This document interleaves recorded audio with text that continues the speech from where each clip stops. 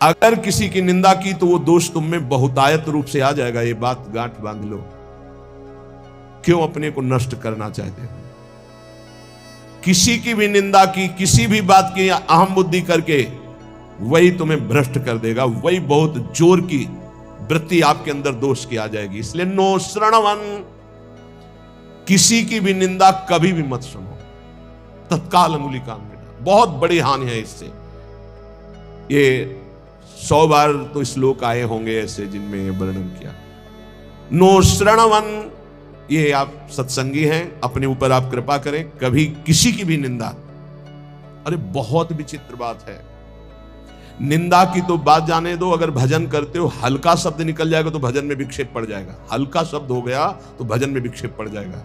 ये हम देखते हैं। शब्द में त्रुटि हो गई तो भजन में, फिर ये लोग जो बड़े बड़े अपराध करते हैं, भगवान जाने इनकी क्या गति होगी। कैसा इनका हृदय है कि ये मुस्कुरा रहे हैं अपराध करके।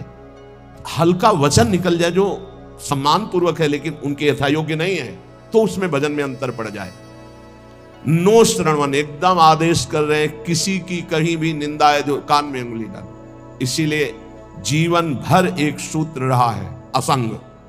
किसी से दोस्ती नहीं रही, क्योंकि जब अपनापन होगा तो खड़े होकर बात करेगा, एक की प्रशंसा करेगा, एक की निंदा करेगा। किसी से भी जरा सी प्रियता से बात कर तो फंस गए। सेवक जी महाराज बहुत सावधानी से कह रहे हैं, तब सुख हरिवंश गुण नाम रसना रटत और बहुवचन अति दुख दानी। तभी सुख है जब हरिवंश के नाम और गुण को ये वाक इंद्री रटती रहे, ये रसेंद्री स्वाद लेती रहे, और कुछ बोले तो दुखदानी, निश्चित दुख में फंस जाओगे। नो श्रणवन, बिल्कुल ये नियम ले लेना चाहिए किसी की निंदा। और निंदा सुनने में मन बहुत राजी रहता है, अच्छा, और बहुत हर्षित होकर जैसे उसको राजपद मिलने जा रहा हो, ऐसे पूरे एकाग्रता। ऐसा ना वेदांत का सिद्धांत सुनेगा, ना भक्ति का सुनेगा, ना भगवान की महिमा। निंदा हो रही है तो खसक के और नजदीक पहुंच जाएगा। पुनः बोलो, हम सुना नहीं। और अच्छा ऐसा हुआ, और आगे क्या, पूरा रसा स्वादन उसमें डूबे चले जा रहे हो। ये नहीं पता कि ये हमारे सारे पुण्य नष्ट करके नरक का रास्ता बन रहा है। नो श्रणवन नैव ग्रहणन, सुनाई पड़ गया तो स्वीकार ही नहीं करना कि वो दोषी है। नहीं नहीं, भगवान जिसको जैसे चला रहे हैं चल रहे, पूरी सृष्टि उन्हीं के चलाए चल रही। यंत्रारूढ़ानि मम माया, नहीं नहीं, मुझे तो भगवान की दिव्य लीलाओं में जाना है, माया जनित लीलाओं के गुण दोष नहीं देखने। ना सुनना है और ना ग्रहण करना। ग्रहण करना होता है कि वास्तविक ऐसा ही है, हाँ वरे वो तो ऐसा। अब जिंदगी भर जब उसकी बात आएगी तो पहले वो दोष हो जाएगा। अच्छा, वो घृणास्पद भाव तुम्हें भगवत प्राप्ति कभी नहीं होने देगा। घोर पापी में, नीच में भी स्वाराध्य बुद्धिर मम, मेरे आराध्य राधा वल्लभ लाल विराजमान है, ये भाव रखना है। कह रहे सकल तनुभृताम क्वापि दोषम गुणम वा, जितने भी शरीरधारी हैं किसी के ना दोष सुनना है ना ग्रहण करना है। वृंदावनस्थ सत्वान्यखिल गुरुधिया सन्नमन दंड पातई, ऐसे भजन बचता है। ऊपर वाली पंक्ति से भजन बचता है। परदोष दर्शन, परदोष वर्णन, परदोष श्रवण और परदोष चिंतन, ये सर्वनाश कर देता है। सर्वनाश सच्ची मानिए। किसी का भी उपहास कभी मत करना, कभी निंदा मत करना, कभी निंदा मत सुनना। नहीं, 100% आप लिख लो, कुछ दिनों में वो आपके ऊपर हावी होगा। किसी के प्रति भी दोष बहुत बहुत बहुत देखा है, बहुत बार देखा है। इसलिए कभी किसी के दोष सुने, कभी ऐसा ना, नहीं तो फंस जाएगा, फंस जाएगा। माया भगवती इतनी चतुर है कि जानने में नहीं आता कि मैं फंस रहा हूं, जानने में नहीं आता। और वृंदावन में तो कभी भूलकर किसी के प्रति दोष न करे, क्योंकि लाडली जी ने पसंद किया, उसको रखा है, तो फिर हमें दोष करने की क्या सामर्थ्य है। जब लाडली जो मुझ जैसे नीच को वृंदावन में रखे हैं तो उसको वृंदावन में रखे, तो हमारा अधिकार कैसे जब हम अपने को देखते हैं तो हम बड़े अधिकारी थोड़ी है वृंदावन वास के। हम पर जब कृपा हुई तो उन पर भी कृपा हुई, तो जब उन पर कृपा होगी पूरी तो वो भी महात्मा बन जाएंगे। हम दोष दर्शन क्यों करें। तो वृंदावनस्थ सत्वान्यखिल गुरुधिया सन्नमन दंड पातई, अगर वृंदावन के किसी भी वासी पर दोष दर्शन हो जाए तो प्रणाम दंड पाते। वो जाने या न जाने दूर से प्रणाम कर, हे प्रभु मेरे से गलती हो गई, क्षमा करो प्रभु, मैं आपकी महिमा को नहीं जानता। ऐसा पक्का समझ लो, नहीं भजन क्षीण हो जाएगा, भजन नष्ट हो जाएगा। जो त्यक्त्वा शेषाभिमानो, सब अभिमान छोड़ करके, निरवधि परमा किंचन कृष्ण राधा, श्यामा श्याम की आराधना के लिए दैन्य भाव अत्यंत आवश्यक, किसी भी तरह का कोई अभिमान नहीं होना चाहिए। त्यक्त्वा शेषाभिमानो, कोई भी अभिमान शेष नहीं है, रूप का, जवानी का, सब इन शरीरों का अभिमान, यौवन, बाहुबल बहुत विचित्र है। कुछ भी हो जाए तो जीव का ऐसा गलत स्वभाव पड़ गया, वो अभिमान कर लेता है। हम अपने आप तो बहुत छोटे। भगवान शंकर तांडव कर रहे थे तो 2 तालियों से ऐसे बाणासुर ने ताल मिलाई, भगवान शिव प्रसन्न हो गए, कहा शास्त्र भाव, 1000 भुजा वाला हो, महान बलशाली विक्रम भगवान शिव की कृपा। अब 2 भुजाएं तो अगर सही ढंग का स्वास्थ्य हो तो फिर खुजली संभलती नहीं, बल्कि भगवान शिव का कृपा पात्र 1000 भुजाएं, तो जिस पर्वत में मारे चकनाचूर, जाके दिग्गजों को ललकारा, भाग पड़े, कोई उसके सामने नहीं। काफी समय विचरण करने के बाद भगवान शंकर के पास आए, कहा जगत गुरु आज दूसरी तरह से प्रणाम था। भगवान शंकर ज्ञान समुद्र, बोले गुरु खुजली हो रही भुजाओं में। बोले मतलब? बोले आओ, आप ही आओ, हमारे बल दिया है 1000 भुजाएं, तो आपसे युद्ध करना चाहता हूं। मुस्कुरा दिए। भगवान ने कहा एक माली भी जिस पौधे को सजाता उसको उजाड़ता नहीं, तुम्हारी भुजाओं की खुजली मैं तो नहीं मिटाऊंगा, लेकिन मेरे समान बलशाली आकर मिटा देगा। तो जब प्रद्युम्न पुत्र अनिरुद्ध और उषा जी का बड़ा एकांतिक मार्मिक प्रसंग है कि उषा जी ने स्वप्न में देखा अनिरुद्ध जी को पहली बार।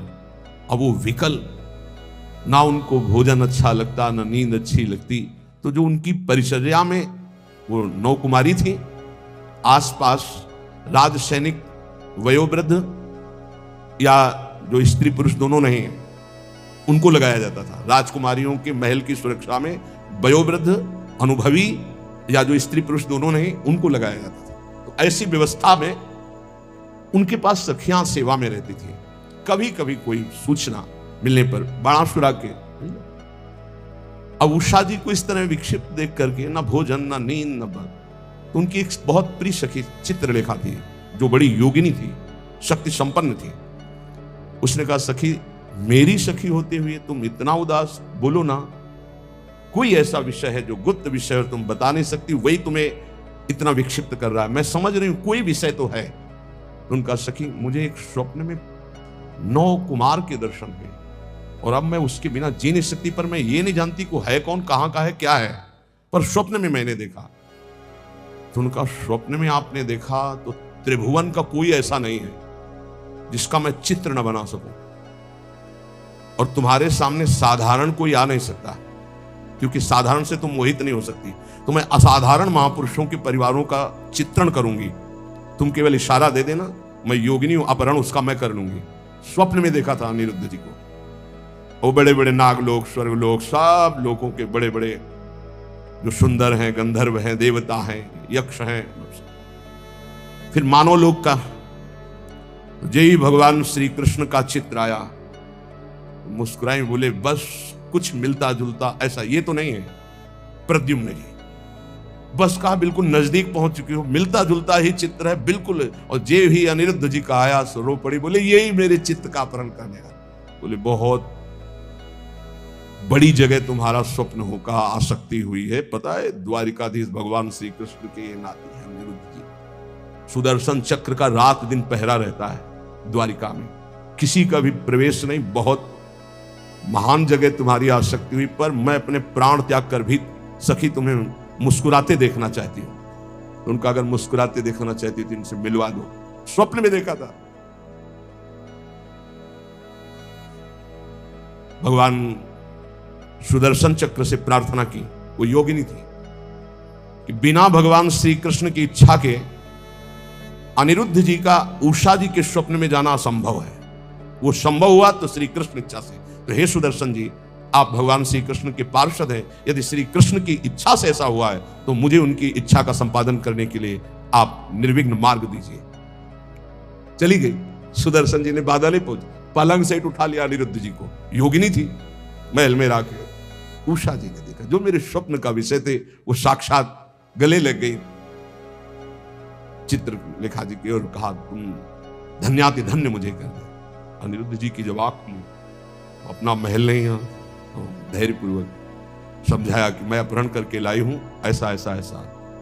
भगवान श्री कृष्ण के पुत्र कामदेव प्रद्युम्न जी और उनके पुत्र अनिरुद्ध जी, ये भगवान ही है। वासुदेव संकर्षण प्रद्युम्न अनिरुद्ध, जैसे राम लक्ष्मण भरत शत्रुघ्न, ऐसे ही वासुदेव संकर्षण प्रद्युम्न अनिरुद्ध, ये भगवान ही चार रूपों में, भगवत स्वरूप अनिरुद्ध जी। अब तो क्या हास्य विनोद, विविध प्रकार की क्रीड़ाएं।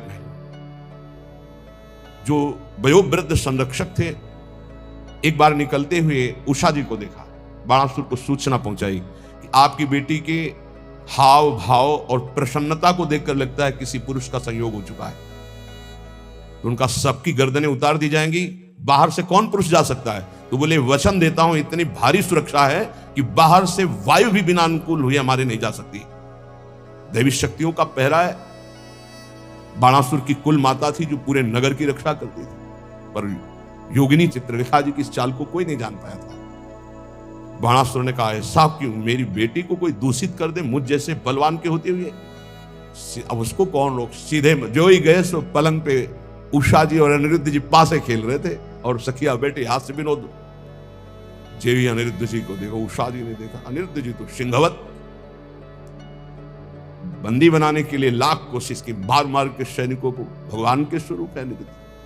आखिरकार महाबली बाणासुर अपनी शक्तियों का प्रयोग करके अनिरुद्ध जी को बंदी, देवर्षि नारद जी पहुंच गए द्वारिका। प्रभु खोज कर रहे थे अनिरुद्ध जी की, उषा जी के महल में बाणासुर ने बंदी बना लिया है। बलराम जी ने सुना, ये जानते हुए कि हमारा वंशज और उसको बंदी बना लिया, शोणितपुर को नष्ट कर दूंगा। अब बलराम जी द्वारिकाधीश, पूरा वैभव, सूचना मिली युद्ध की, तो इधर अपने चेला के साथ भगवान शंकर, बलराम जी के साथ द्वारिकाधीश, आमने सामने युद्ध प्रारंभ। भगवान शंकर पशुपतास्त्र तो नारायणास्त्र, दिव्यास्त्र। भगवान श्री कृष्ण ने इशारे से कहा कि आप ही का तो रचा हुआ सारा खेल अपने चेला की भुजाओं की खुजली मिटाने के लिए आपने ही तो हमें बुलावा दिया है। एक बाण मारा भगवान श्री कृष्ण ने जन्मणास्त्र, बाणासुर की भुजाओं को जब चार रह गई सब काट दिया। भगवान श्री, बस प्रभु बस। बोले, प्रभु मैं तो आपकी ही आज्ञा का अनुमोदन कर रहा हूं। और आवेश में भरे हुए थे। इतने में उनकी कुल माता जो पूरे राष्ट्र की रक्षा करती थी, दैवी शक्ति, वो दिगंबर होकर खड़ी हो गई। तो भगवान श्री कृष्ण, वहां ये लिखा हुआ है कि यदि अचानक किसी माता बहन के किसी अंग पर दृष्टि पड़ जाए तो दोबारा दृष्टि न जाए। अगर किसी दिगंबर माता बहन की शरीर की दृष्टि आप दोबारा की तो सारे सुकृत नष्ट हो जाएंगे। भगवान होते हुए भगवान श्री कृष्ण तत्काल नेत्र फेर लिए और वहीं युद्ध का समापन हुआ। भगवान शिव जी ने समझाया कि उषा और अनिरुद्ध जी का विवाह हुआ। ये अहम इतना पुष्ट कि अपने गुरुदेव से कह रहे कि मेरी भुजाओं की खुजली मिटा दो। बाणासुर यहां करे, त्यक्त्वा शेषाभिमानो निर्वधि परमा किंचन कृष्ण राधा। यदि आप अपने भजन को बढ़ाना चाहते हो तो नो श्रवण नैव ग्रहणन, ना किसी की निंदा सुनो और ना स्वीकार करो कि ये दोषी है। सकल तनुभृताम क्वापि दोषम गुणम वा, पूरी सृष्टि के किसी भी जन के दोष या गुण स्वीकार मत करो। गोस्वामी तुलसीदास जी बहुत बड़े महापुरुष हैं, आज तक बचपन से लेकर के आज तक।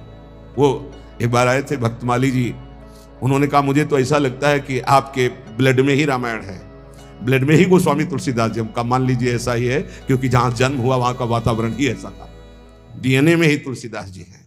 सच्ची मानिए, कोई प्रसंग नहीं जाएगा जो विनय पत्रिका और रामायण से उसका। तात सुनहु माया कृत गुण अरु दोष अनेक, गुणया उभय न मानई, मानहि सो अविवेक। न गुण न दोष किसी के, सब में भगवत भाव। त्यक्त्या शेषाभिमानो, ये बहुत कठिन है अभिमान का त्याग करना। अभिमान का त्याग करके अकिंचन भाव से यदि राधा कृष्ण श्यामा श्याम की उपासना हो तो बोले प्रेमानंदाश्रु मुंचन, फिर प्रेम आनंद का प्रकाश हो जाएगा। प्रेमानंदाश्रु मुंचन, अश्रु मुंचन करते हुए, ये भक्ति का प्रसाद है।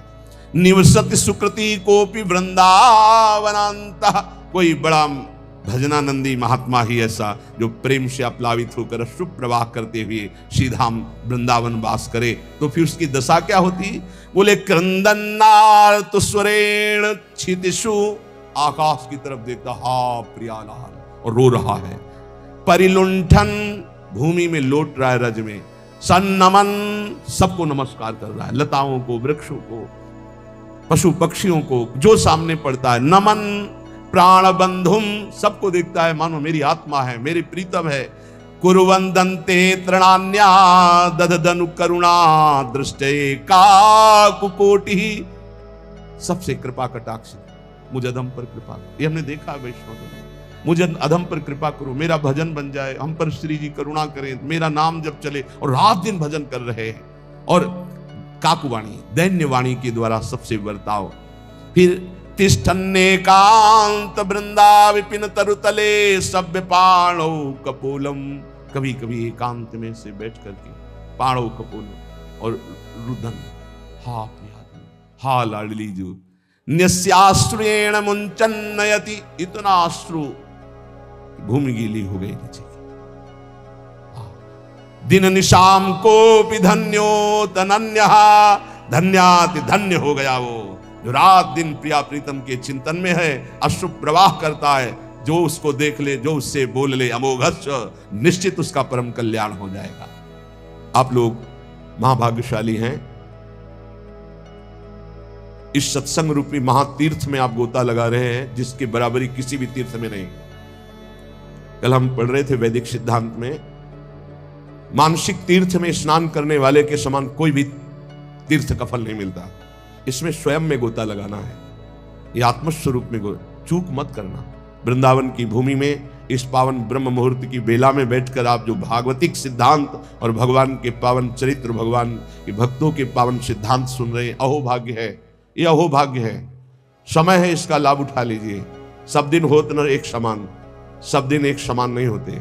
एक समय आएगा, तरसते थे जब मथुरादास जी अंतर ध्यान हो गए, तो राम जी बाई की तरफ देखकर, सत्संग भवन की तरफ देखकर रोना आता था। ये वही सत्संग भवन है जहां सैकड़ों हजारों संत परमहंस मौन बैठते और पूज्य श्री मथुरादास जी के मुख से महाभागवतों के पावन चरित्र आज सुना पड़ा सा दिखाई दे रहा है। क्योंकि वो बात जो उन महापुरुषों के मुख से है होता है, पर वो बात जो अनुभवी महापुरुषों को, वो आज आपको भगवत कृपा से बड़े बड़े संतों की वाणियां, बड़े बड़े महापुरुषों की, जगत में जितने भी बड़े बड़े महापुरुष, सबकी खोज खोज कर बात वही रोज सुनाई जा रही है। अगर आप उसे पकड़ लेंगे तो महामंगल हो जाएगा।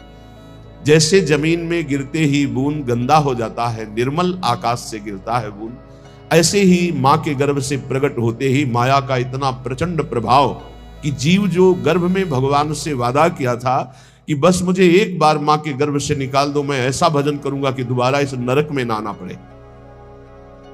जीव ही पैदा हुआ देवी, कहां कहां वो ज्ञान चला गया, वो दृष्टि गई भागवतिक। अब वो माया का ऐसा मोह का प्रभाव पड़ा, धीरे धीरे ये माँ, ये पिता, ये पुत्र, ये पत्नी, ये मकान, संपत्ति, बस वो घिरता चला गया ममता से। श्रीपाद कह रहे, त्यक्त्वा सर्वान् गृहद्वार सकल गुणालंकृत स्त्री सुतादीन सर्वत्रात्यंत सम्मान नमथ महता सत्कुलाचार धर्मान माता पित्रोर गुरुणाम अपि च नहि मनागा ग्रहे कोमलात्मा यो या देव वृंदावन में मखिलई स्तूयते धन्य धन्य। बहुत बार छोड़ चुके हो माता पिता पुत्र पत्नी परिवार धन संपत्ति, और तुमको याद भी नहीं है कि इसी सृष्टि में तुम्हारे कोई और हैं। तुम्हारा नया जन्म हुआ, नया घर, नया मकान, नया सब, फिर मरोगे, फिर नया, फिर मरोगे, फिर नया। ये कब तक चलता रहेगा? नाना प्रकार की चिंताएं, नाना प्रकार के क्लेश, नाना प्रकार का संग्रह परिग्रह, फिर खाली हाथ यहां से वही पाप पुण्य कर्मों का बोझा लाद कर भटकते रहते हैं हम पूरी सृष्टि में, कभी ये योनि, कभी ये योनि। तो श्रीपाद कह रहे, अगर मेरी बात समझ सको तो त्यक्त्वा सर्वान, इसके दो भाव हैं। एक है पूर्ण निवृत्ति मार्ग स्वीकार करो, और एक है उनमें रहते हुए राग का त्याग करो। राग का त्याग करते हुए घर गृहस्थी में रहने वाला भी सन्यासी ही है, और राग युक्त होकर विरक्त भेष में रहने वाला भी वो सन्यासी नहीं है। राग मुक्त ही सन्यास है। त्यागी किसे कहते हैं? जो राग मुक्त है। तो त्यक्त्वा सर्वान गृह द्वार सकल गुणालंकृत स्त्री सुतादि, इनका राग त्याग दो। दो प्रकार से होता है।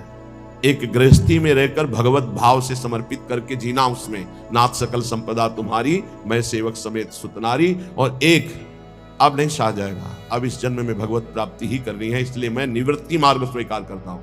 निवृत्ति मार्ग, मुझे अब कोई इसमें भाव नहीं रखना, मुझे रखना ही नहीं। ब्रह्म सत्यम जगन मिथ्या, मुझे इस मिथ्या में भाव ही नहीं करना।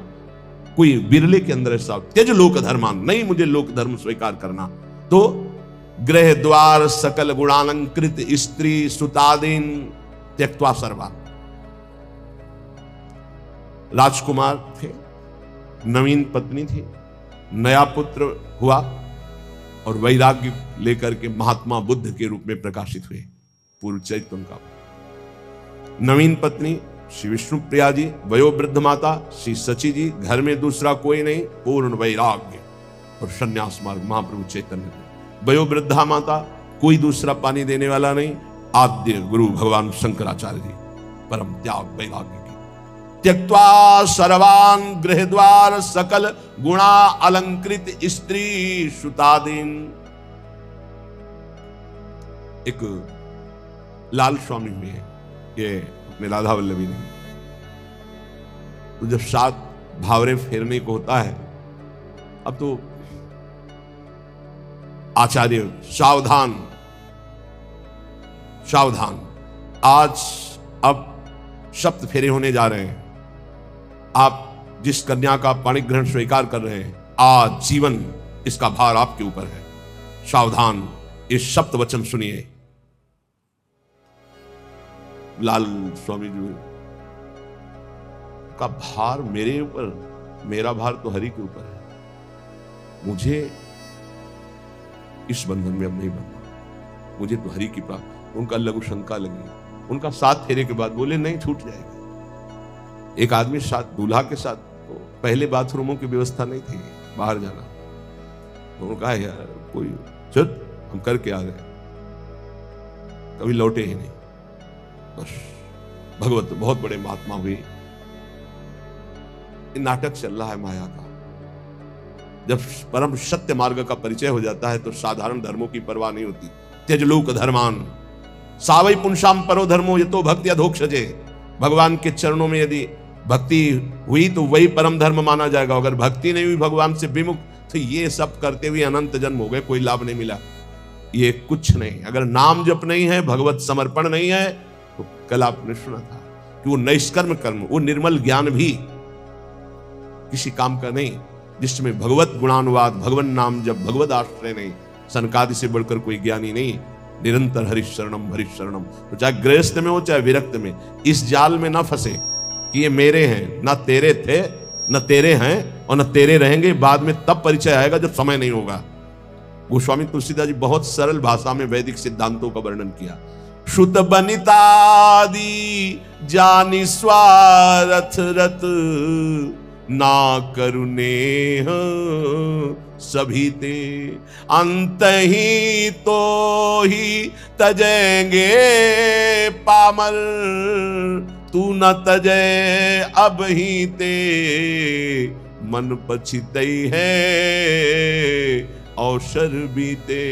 दुर्लभ देह पाए हरि पद भजू, करम बचन अरु जीते, मन पछितई है अवसर बीते। माता पित्रोर गुरुणाम पिचनहि, मनागाग्रही कोमलात्मा। है अपने हृदय को कोमल मत कर। मोह मदिरा का पान करके पूरे जीवन को नष्ट करा देने वाली ये माया अपने आकर्षण में बांधकर तुम्हारा मानव देह नष्ट कर देगी। मत करना कोमल हृदय, वज्र के समान कठोर हृदय कर ले।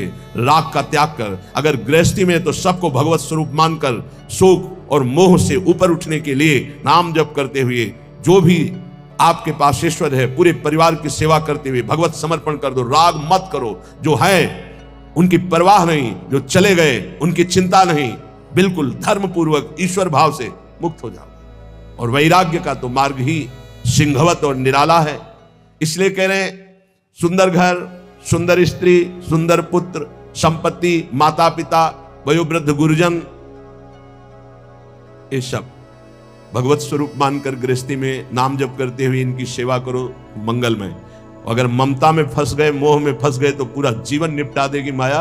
न भजन होगा, न साधन होगा, न भगवत प्राप्ति की कोई बात होगी। पूरा इतना कीमती जीवन नष्ट हुआ, फिर मरे, कोई माता पिता पत्नी पुत्र परिवार साथ नहीं, तू फिर अकेला अपने वही मोह जनित पाप कर्म करके फिर नई योनियों में जाएगा, फिर भटकेगा। इसलिए यो याया देव वृंदावन में मखिलई स्तूयते धन्य धन्य। धन्य है जो सर्वस्व का त्याग करके वृंदावन का अखंडवास स्वीकार कर लिया, और धन्य वो भी हो जाएगा जो वृंदावन का आश्रय लेकर सत्संग सुनते हुए भजन प्रारंभ कर दिया गृहस्थी में रहते हुए। अब अपने भजन को कैसे हम बचाएं, कैसे बढ़ाएं, कैसे उसको बचाएं। कृपा से भजन हमारा जो शुरू हुआ तो नोस्त्रणवन नैव गृहणन सकल तनुभृताम क्वापि दोषम गुणम वा। बहुत विचित्र खेल माया का है।